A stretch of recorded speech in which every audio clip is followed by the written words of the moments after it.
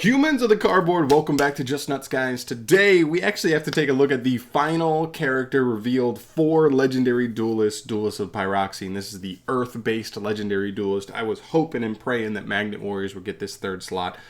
Unfortunately, that's not true for me, but I know a lot of people will be excited for this one because ISHIZU ISHTAR actually makes it in as the third character here.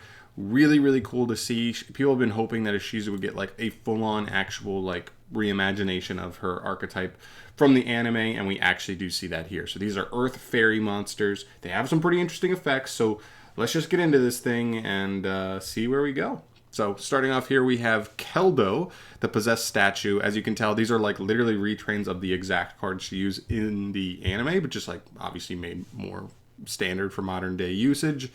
This is a level 4 Earth Fairy effect monster, 1200 attack, 1600 defense. You can only use the first and second effect of this card's name once per turn. The first one reads that you can discard one other Earth Fairy. Has to be exactly an Earth Fairy as cost.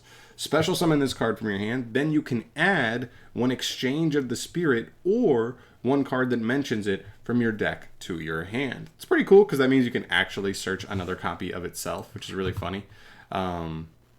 For follow-up, or as you'll see some of the other ones, also discard an Earth Fairy to jump on the field, and we'll talk about some other synergies as well, which is really cool. So there you go. I mean, technically you do have to like discard a card just to summon it out, but it is going to replace that pretty immediately. And the second effect, and this is the doozy, quick effect. You can banish this card from your field or graveyard, then target up to 5 cards in any graveyards, shuffle them into the deck. If exchange of the spirit is not on your field or in your graveyard at activation, you can only target 3 cards instead. Well, I got news for you. Targeting 3 is pretty nasty. Like, targeting 3 instead of 5 is still probably going to be all you need. That is an insane effect. We know how much modern day Yu-Gi-Oh! Decks, like especially meta-wise, like revolve around the graveyard. That has been the natural progression of Yu-Gi-Oh! As to make stuff stronger, give them bonus graveyard effects. We see that all the time. And so something like this is immensely powerful. I mean, imagine playing into a DPE board, and as long as you can like force out the DPE, you can shuffle back the DPE and, either the Dasher or the Celestial just to turn off the draw 2 as well, pretty much completely neutralizing that. Really, really powerful, really crazy. This effect is honestly really strong. This is going to be the one thing that makes this interesting for sure. Next up here, we move to Mudora, a redone version of him. He was always a cool looking guy. Mudora, the Cestus Oracle, a level 4 Earth Fairy, 15-18 for the stats, exactly like his original version. 2 hard once return effects. You can discard one of their Earth Fairy. Special summon this card from your hand. Then you can place one Gravekeeper's Trap from your deck face up in your spell and trap zone. That's another really weird one. We'll get there. Gravekeeper's Trap is actually a new card. And I didn't even say it. Exchange of the Spirit is a card that's been around for a while. I believe the card says something to the effect of like, if both players have at least 15 cards in their graveyard, swap every card in both players' main deck with what's in their graveyard. I think that's essentially what it does. Kind of a weird effect. I don't even know if you'll end up playing it aside from like the gimmicks. If you're playing like a more casual version, if you're trying to play this more competitively, I assume you're just trying to search the cards that list it in its name and just being okay with only shuffling 3 cards back into the deck instead of 5. But yeah. Anyway, we'll get to Gravekeeper's Trap in a little bit, but getting it straight from the deck is really cool. Also, this one can't be ashed like that one because that one adds a card to hand. This one places straight to the field, which is pretty cool. It also makes it's a trap. It's a continuous trap, so it makes it live immediately, which is pretty cool. And its second effect is, I believe, exactly the same. Quick effect, banish this card from field or grave, target up to 5 cards in the graveyard, shuffle them into the deck. If Exchange of the Spirit is not... Oh, it does list it. Okay, so cool. I actually wasn't sure about this either. I looked at this first effect and I was like, no, he doesn't list Exchange of the Spirit before, but it listed in second effect, so he actually does get searchable off of this, and I believe the other monster will be as well, which is really nice. So yeah, you can only shuffle 3 if Exchange of the Spirit is not on field or in the grave. Next up here we have a Guido, the Ancient Sentry. This is a level 4 Earth Fairy. Again, 15-18 for the stats. Very cool. Redone version of Guido. 2 hard ones return effects. If a card or cards is sent from the hand and or deck to the graveyards, you can special summon this card from your hand. Then you can special summon one level 4 Earth Fairy monster from your graveyard. except for another copy of himself. That's interesting. This card is not as proactive as the other ones, but this one is a raw plus ones. The other ones are kind of 1-for-1s, right? You got to give up itself. You have to use themselves plus an extra Earth Fairy in the hand to then get another card. So you're like trading 2 for 2. This card is like, as long as you can trigger it, it's one card that's going to get another monster back from grave, which is pretty nice. So maybe it's an extender. It does list Exchange of the Spirit in the second effect, so that's pretty cool. It's an interesting extender. We'll see. Because it's searchable, maybe it just becomes like a one-off, but you know, it's certainly an interesting card. And the second effect, if this card is sent from the hand or deck to the graveyard, you can send the top 5 cards of each deck to the graveyard. Then, if Exchange of the Spirit is in your grave, send the top 5 cards of either deck to the graveyard. This is... We've seen this. This has just become... These kinds of effects have just become worse and worse. We don't really want to be milling our opponent's decks with, you know, Enchantress of the Water Sanctuary running around and all these decks that just have like cards that give them free value in graveyard. Like, we really don't want to mill our opponent's deck. It can just end up being plus, you know, multiple for our opponent. That's awful. I don't really like that effect. I think his first effect is really mainly what you're looking at as an extender, but he's, to me, also still like by far the worst of the 3. All right, moving into the traps. No spells for this archetype. This is Gravekeeper's Trap, a continuous trap. You can only use the second and third effect once per turn. While Exchange of the Spirit is in your graveyard, your opponent cannot activate card effects in the graveyard or special summon monsters from the graveyard. Whoa. That's a pretty good floodgate. So like the other one's like, okay, shuffling 5 instead of 3. It's like most of the time you're not even going to ever need to shuffle more than 3. But this is the kind of effect that makes me go, dang, do we really just play it as a one-of just to get and throw in the grave somehow? Just to just get it there and make this kind of effect live? Because this effect is nasty. A lot of decks like are going to struggle. This is just like a permanent dweller and a permanent can't summon from grave either. Very, very strong. Second effect, during the main phase, you can discard 1 card to add 1 Gravekeeper's monster or Earth Fairy monster from your deck to your hand. Again, like pretty solid. I think this is really funny. If this actually is Gravekeeper in the name, then this card actually becomes like a pretty solid Gravekeeper card. I believe it ends up being searchable for them, and just that floodgate is nasty. We all know that, and like that's kind of how like the Gravekeepers roll. And just pitch a card to get any Gravekeeper's monster. So if you need the guy that searches Necro Valley, if you need the guy that tutors for another monster, like whatever you need, kind of just get into it. That's pretty cool. I kind of like this card for them. But also in this deck, obviously getting an Earth Fairy, and we'll talk about some of the other stuff at the end as well. During your opponent's draw phase, before they draw, you can declare 1 card name. Reveal the card your opponent draws for their normal draw, and if it is the declared card, send it to the graveyard.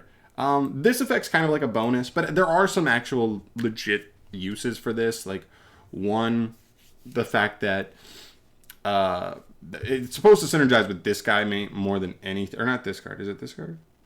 No, it's shoot. I thought I just... Oh. There's other cards. So Zolga the Prophet, like a card we got a little while ago. Is another Earth Fairy, and it summons itself if you control an Earth Fairy. And let me see. Let me make sure I get this right.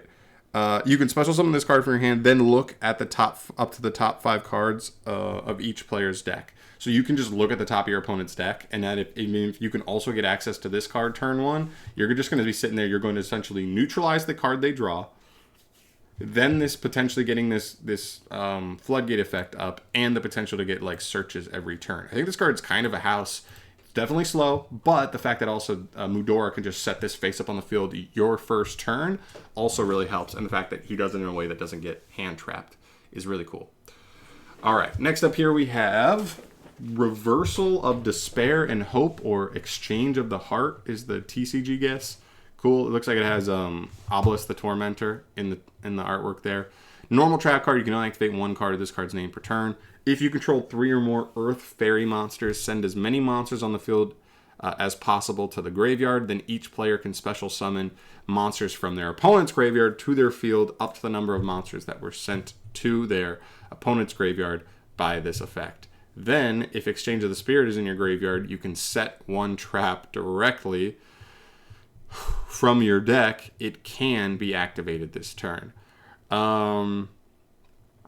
That's kind of crazy. Again, like a really crazy bonus effect with exchange of the spirit. If it is engraved, just being able to set any other trap directly from the deck is crazy. Problem with this card, absolutely, is one, it doesn't. It does have exchange of spirit in the text, so it is searchable off of the first card, but you have to have 3 or more Earth Fairies already on the field to make this card live.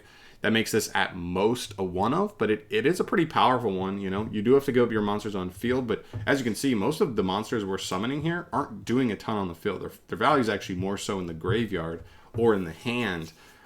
So getting them in the grave, even if your opponent takes them, they're not that big. So whatever you're taking from your opponent's grave has a decent chance of just being bigger than them, and then you just walk over them, and now their bonus graveyard disruption effects will be live. Not a bad card. Interesting. Maybe it's a one of. And then we finish up here with Blast Held by Fate. This is a normal trap. You can only activate both of its effects once per turn. When your opponent's monster declares an attack, oh boy. Destroy one face-up monster they control with the highest attack, your choice if tied. And if you do, inflict damage equal to the destroyed monster's original attack. Then, if Exchange of Spirit is not in your graveyard, you take damage equal to the damage your opponent took. Whatever. And the second effect, if this card is sent from the hand or deck to the graveyard, you can target one level 4 Earth Fairy monster in your graveyard, add it to your hand. It doesn't seem like this deck has great ways to send this from either hand or grave. I mean, all of the monster effects have to discard an Earth Fairy, not just like any card, so that doesn't help. I guess theoretically the Gravekeeper's Trap is the only card that has a generic discard to potentially trigger this for follow-up, but meh, this card's definitely the worst one out of the bunch for me. And then Exchange of the Spirit, I already kind of gave you a quick rundown of that card. As far as the Earth Fairies, like I said, there's Zolga the Prophet. If you control an Earth Fairy, it jumps on the field. It's level 4. Very easy, simple to get you to rank 4 plays. And when it does, it lets you look at the top 5 cards of both players' decks. So it gives you an idea of what you're drawing into. It gives you an idea of, one, what your opponent is playing. Because if you're going to put material for rank 4, it's really nice to get a look at what your opponent's playing. So that way you go, oh, Dweller's insane here. Oh, Baguska's insane here. Oh, Giant Hand is just a simple impermanence because neither of those other two are quite as good as I want. Whatever it is, right? World Soul Carbon, a really interesting generic guy. He's a level 4 Earth Fairy. When you contribute him as a normal summoned or set monster to add any Earth Fairy from deck to hand. As you can see, all the rest of them are pretty much extenders, so he can just be your dedicated normal summon to tutor you into the rest of the deck. I don't love that he's just a 1-for-1. I wish he said when he's normal summon, add a level Earth Fairy. But unfortunately, you have to give up that body on the field. And then there's the big one, the Vernalizer Fairies. These are actually a very recent archetype that got revealed like a month ago or so. They're really, really cool. I think some of them are level 3s, some of them are level 4s, but they're all Earth Fairies, and they have really good synergy with Earth monsters in general. You have ways to just send any Earth monster to grave. That's just insane just to get either of these set up for like a really powerful graveyard disruption. They reborn any Earths from grave. Very easy just to get into rank 4 plays. And a bunch more. They have like searchable traps. It's like one's like a bounce, one of them's like an archetype called the Haunted. They actually have access to some pretty cool stuff. And actually seeing this actually makes me think there might be some hope there. Maybe it's not there all the way. We're definitely short one card here. So 21, 22, 24. So there is one more monster here to be revealed. Hopefully it's a house. Hopefully it's a really, really good one to bring it all together. I don't think this is amazing, but I do think there is like some potential here. We've seen little things of Earth Fairy support over the years, and then finally Vernalizer Fairies plus this stuff back to back does give me some hope that there could be like an interesting rogue strategy at the end of the tunnel here. But obviously, those are just my thoughts there, guys. Let me know in the comment section down below your overall thoughts here. I'm skimming right here. Oh, there's also another Earth one that just says if an Earth Fairy is sent from your hand or field to the graveyard, you can special summon this card from your hand. Fine. If it was hand or grave, it'd be awesome if it could just every turn come back. But sure, just a simple extender. No materials in Earth Fairy, so that's like a hand trap you could play that's also just discard fodder for your stuff if need be. Whatever. I mean, I think that's mostly it. The Vernalizer Fairies are the big thing, and then a couple of those level 4s, the Zolga and the Searcher. But either way, pretty cool. Definitely going to look forward to the last card here. For the rest of this set, all we have left is the full reveal for Morphtronic support / Power Tool Dragon support. The final card here, which is going to be a monster, and the final card for the first archetype we got revealed, which was... Oh my god, what was the first archetype we got revealed? Oh my god, I'm blanking so hard right now. Why? Hold on. Can I see it here? This will probably show me. Splites, mathematics, recent support. What the heck was the most recent archetype for this? I'm going crazy. All right, whatever. I can't remember. I'll literally see it in like a minute after this video ends. Thanks for watching. I'm out of here. Subscribe if you have not yet. That last archetype only has one more card to be revealed. Also, I remember that. I just don't remember what it is right now because I'm dying. But I'll see you in the next one. Thanks for watching. Subscribe if you haven't. Peace.